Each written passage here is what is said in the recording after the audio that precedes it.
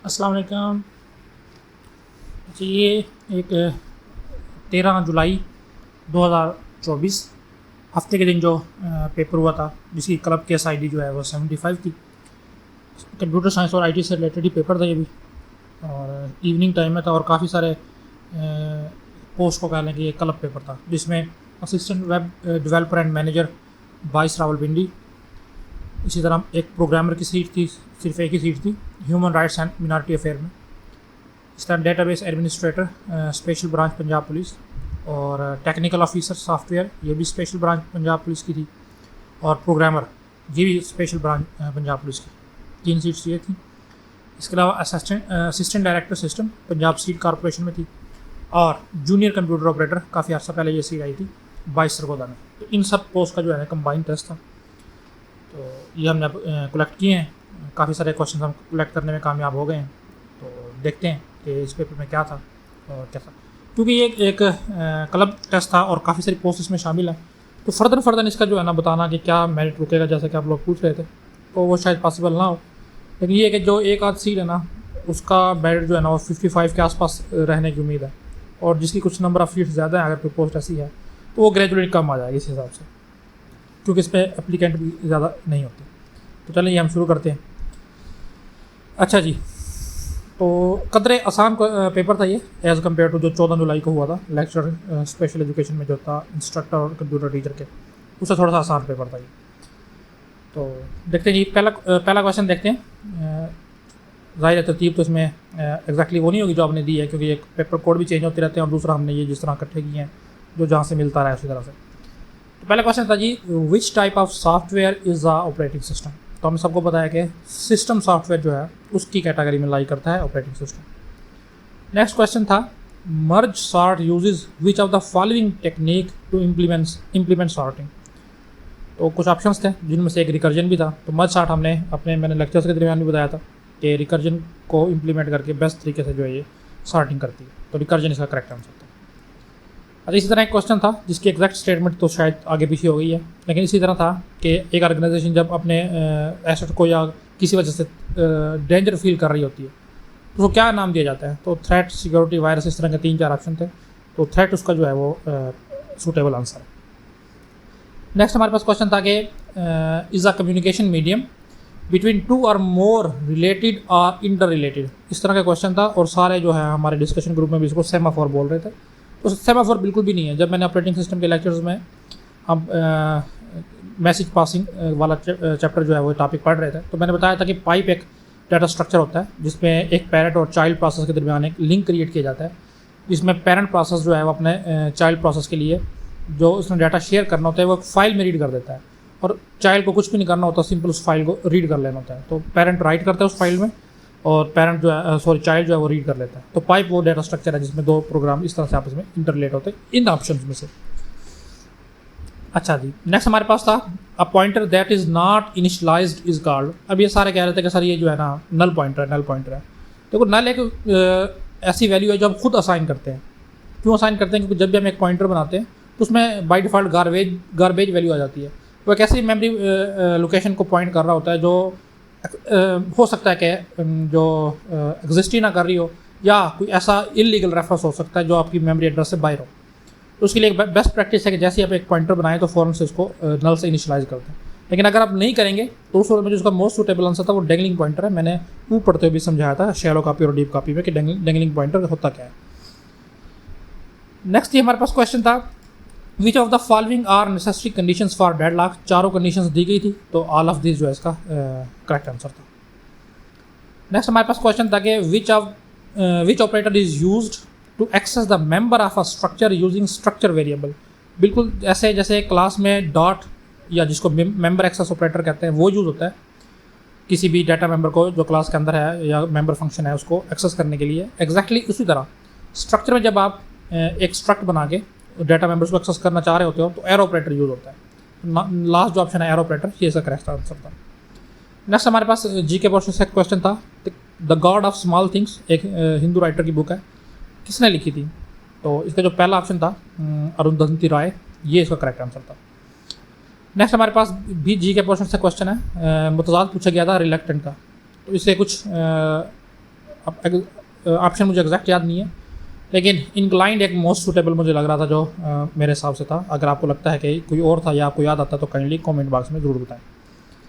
Next एक prolong का synonym पूछा गया था। प्रोलॉन्ग कहते हैं किसी चीज़ को फैला देना, एक्सटेंड कर देना। तो इसकी भी ऑप्शन मुझे एग्जैक्टली याद नहीं है, लेकिन एक्सटेंड मुझे याद है कि ये इसमें लाई करता था। अगर आपको याद आता है तो आप काइंडली मुझे ज़रूर बताएं। नेक्स्ट हमारे पास क्वेश्चन था अगेन जी के पोर्शन से कि रेडियो जो है वो किसने ईजाद किया। हम ये बचपन से ही पढ़ते आए हैं कि मार्कोनी ने जो है रेडियो ईजाद किया था, तो मार्कोनी ही इसका करेक्ट आंसर था।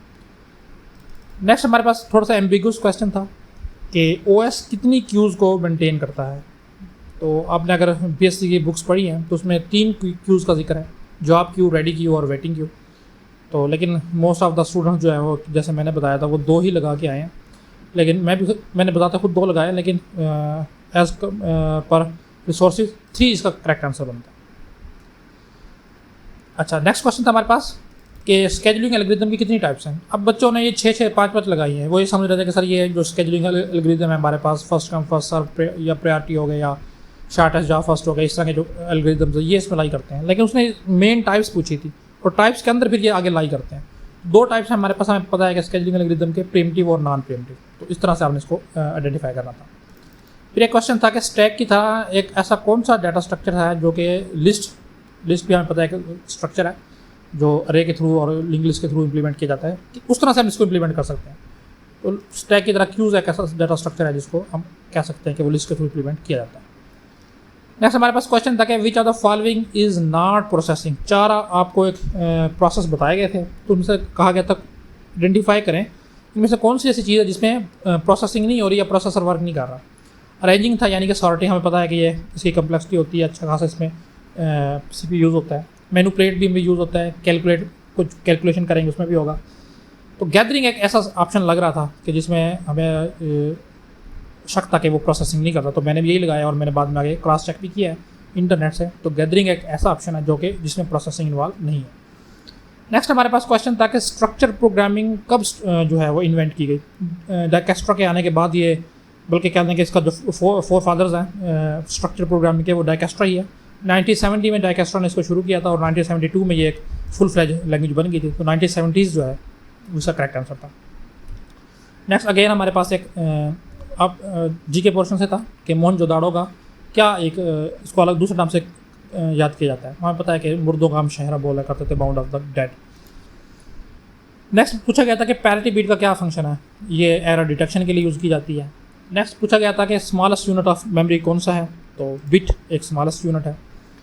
नेक्स्ट पूछा गया था कि जब एक डेटाबेस में हम मुख्तलिफ एंटिटीज़ के रिलेशनशिप को रिप्रेजेंट कर रहे होते हैं तो इस चीज़ को किसका नाम दिया जाता है, कि जो एक रिलेशनशिप की कह लो कि कितनी एंटिटीज़ इन्वॉल्व, उसको क्या कहा जाता है। तो डिग्री एक ऐसा लफ्ज़ है जो इस मकसद के लिए यूज़ किया जाता है। फिर पूछा गया था कि स्ट्रक्चर को डिफाइन करने के लिए कौन सा कीवर्ड यूज़ होता है। स्ट्रक्ट एक कीवर्ड है, जैसे क्लास को डिफाइन करने के क्लास बजाते खुद एक कीवर्ड है।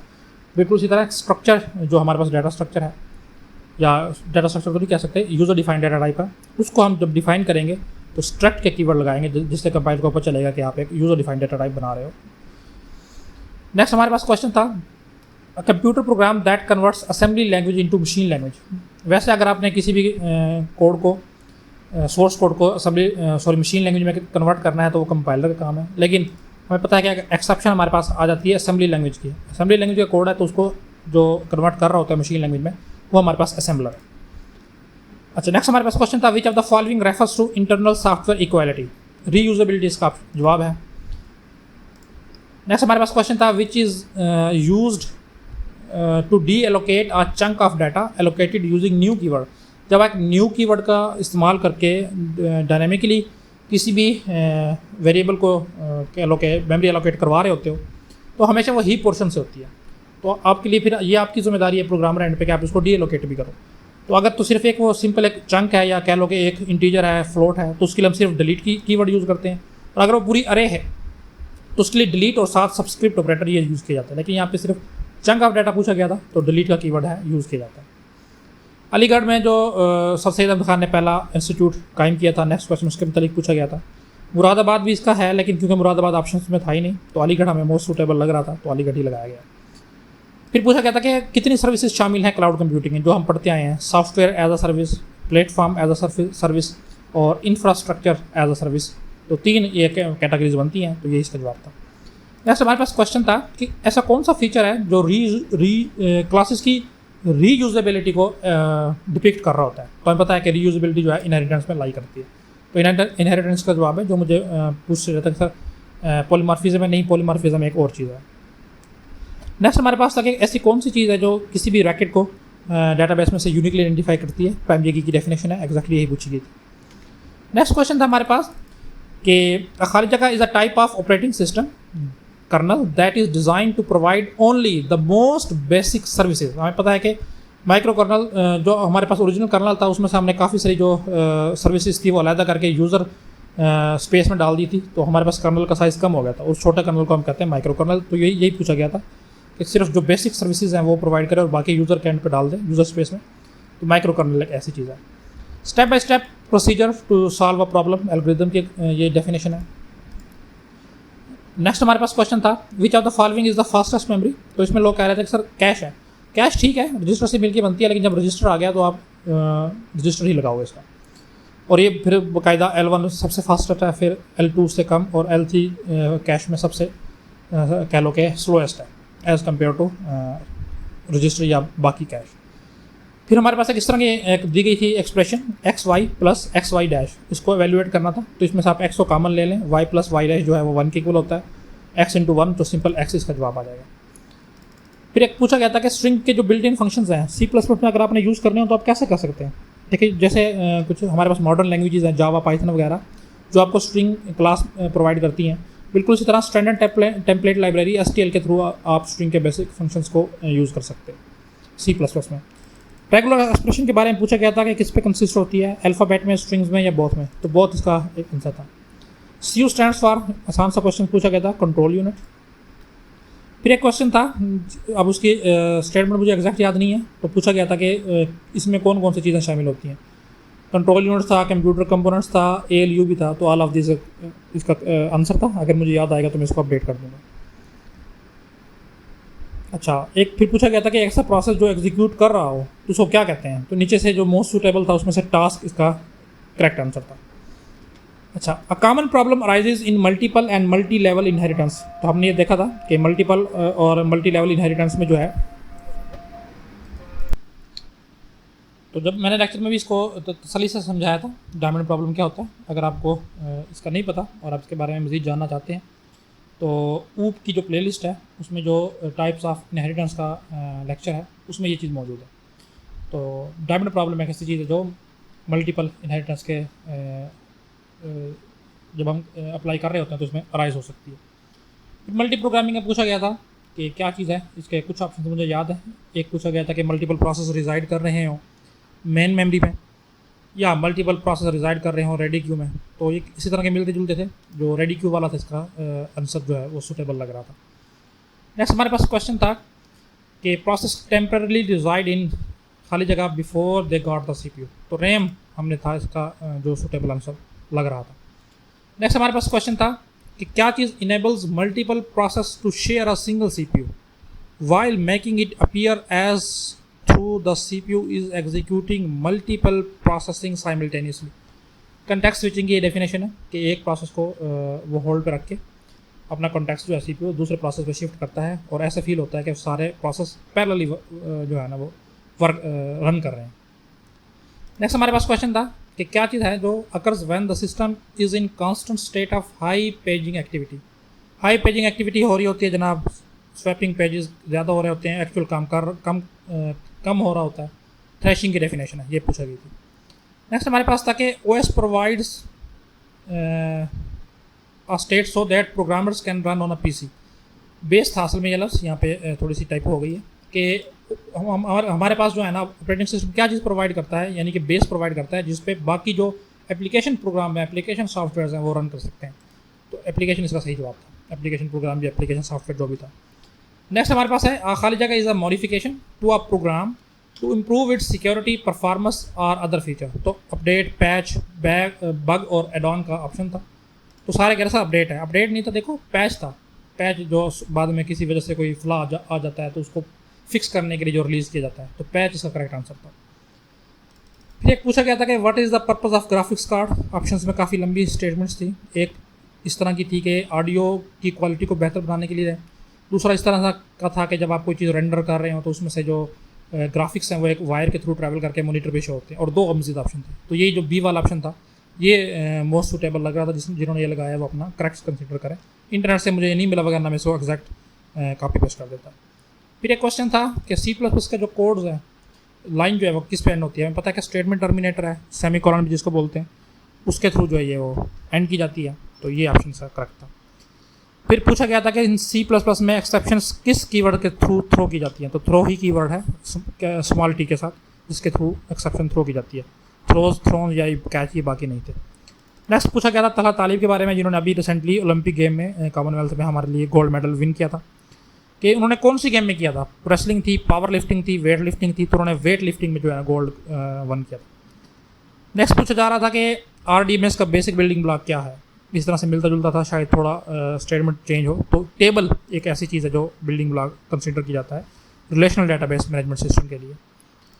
नेक्स्ट एक क्वेश्चन था कि जब एक एडमिनिस्ट्रेटर अपनी वर्चुअल मशीन स्टोरेज को एक लोकेशन से दूसरी जगह ट्रांसफ़र करना चाह रहा हो तो उसको हम क्या कहते हैं। तो नुमा स्पैनिंग एक ऑप्शन था जो इसका करेक्ट आंसर था। फिर एक पूछा गया था कि 4-5 चीज़ें दी गई थी, उनमें से कहा गया था कि ऑड वन कौन सा लग रहा है। एक हिपीफाई ऑप्शन था, एक था कि एडजेंसी मैट्रिक्स में आपने कोई लिंक क्रिएट करना है, लिंक लिस्ट में सर्चिंग करनी है, और एक और ऑप्शन था। बाकी सारे जो है ना वो एंड टाइम में हो रहे थे, एंड टाइम कम्प्लेक्सिटी में। हिपीफाई जो हमें पता है कि वो लॉग इन टाइम में हो जाती है, तो हिपीफाई एक ऐसा क्वेश्चन था जो उनसे ऑप्शन था अलग था, तो जिन्होंने हिपीफाई लगाया उसको करेक्ट कंसिडर करें। फिर सिंपल हाफ डुप्लेक्स की डेफिनेशन पूछी गई थी कि एक दोनों सेंड कर सकते हो कम्युनिकेशन में पार्टीज, लेकिन सेम टाइम में नहीं। हाफ डुप्लेक्स इसका करेक्ट आंसर था।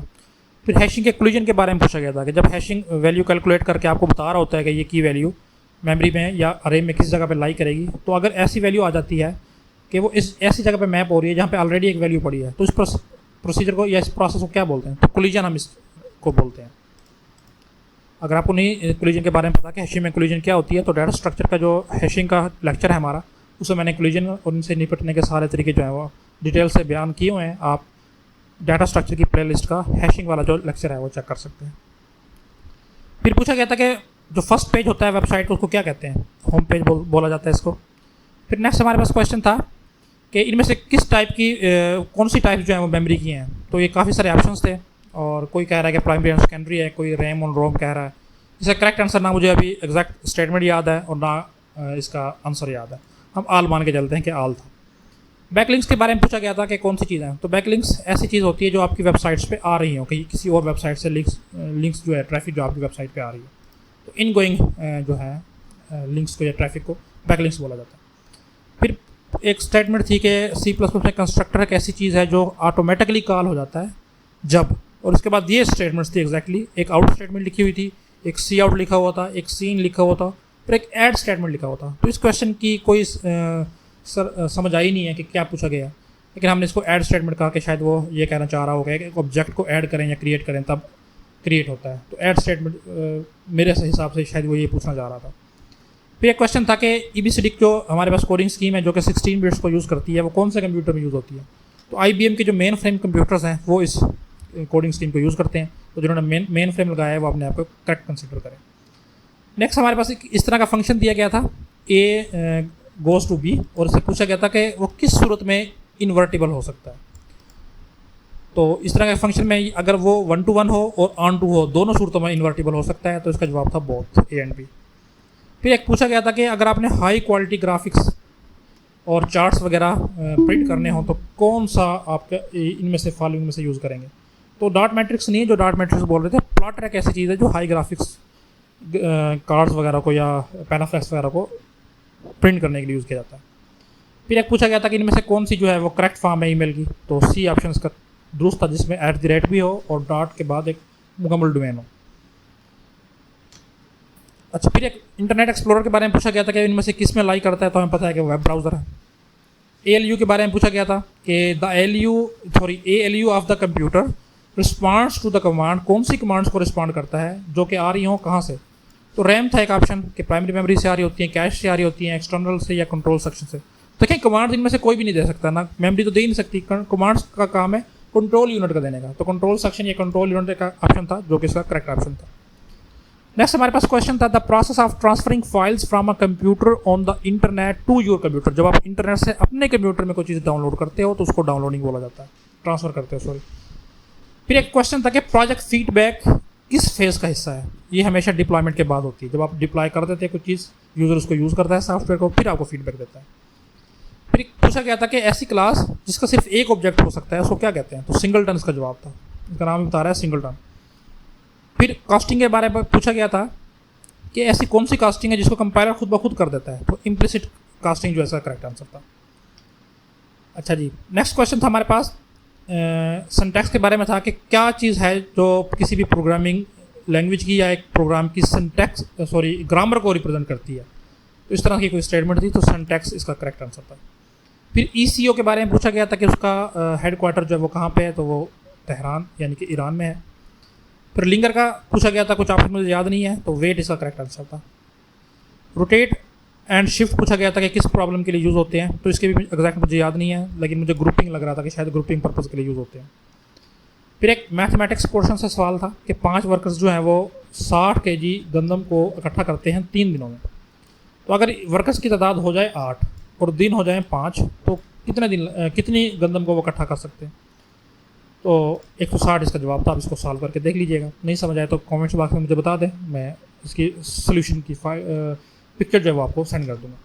फिर एक क्वेश्चन पूछा गया था कि 1949 में जब नेटो बनी थी, एक ट्रीटी साइन हुई थी सोवियत यूनियन और दूसरी मिलिट्री के दरमियान, उसको क्या कहा जाता है, तो नेटो तो था ही, साथ में उसका असल नाम वाशिंगटन ट्रीटी था, तो ये बहुत इसका करेक्ट आंसर था।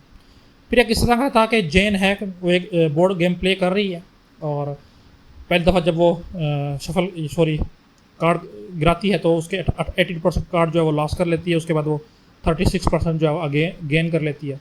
तो इनमें से कौन सी चीज़ जो है जो उसके शुरू के अकाउंट को बताती है, तो इसमें से हमारे पास जो डी ऑप्शन था ये वाला, ये करेक्ट आंसर था, आप करके देख लीजिएगा। फूड के बारे में पूछा गया था कि फर्मेंटेशन कैसे होती है, तो बैक्टीरिया जो है एक लिविंग ऑर्गेनिज्म फूड की फर्मेंटेशन का जिम्मेदार है। फिर एक क्वेश्चन इस तरह था कि फ्रेश वाटर है वो ज़मीन के अंदर से जो जाके जो है ना साल्टी वाटर के साथ मिक्सअप हो रहा है, इस प्रोसेस को क्या कहते हैं, यूट्रोफिकेशन था, इरोजन था और 2-4 और ऑप्शन थे, ना ही ऑप्शन याद है और ना ही मुझे इसका जवाब मिला है। यूट्रिफिकेशन मैंने लगाया था, अब पता नहीं सर क्या। तो ये था जी क्लब केस 75। अल्लाह ताला आपको इसमें कामयाब करे जिन्होंने अटैम्प्ट किया है, मेरी दुआ आप लोगों के साथ हैं। तब तक अगली किसी वीडियोज़ के लिए जब तक हम आपस में नहीं मिलते, अल्लाह हाफ़िज़।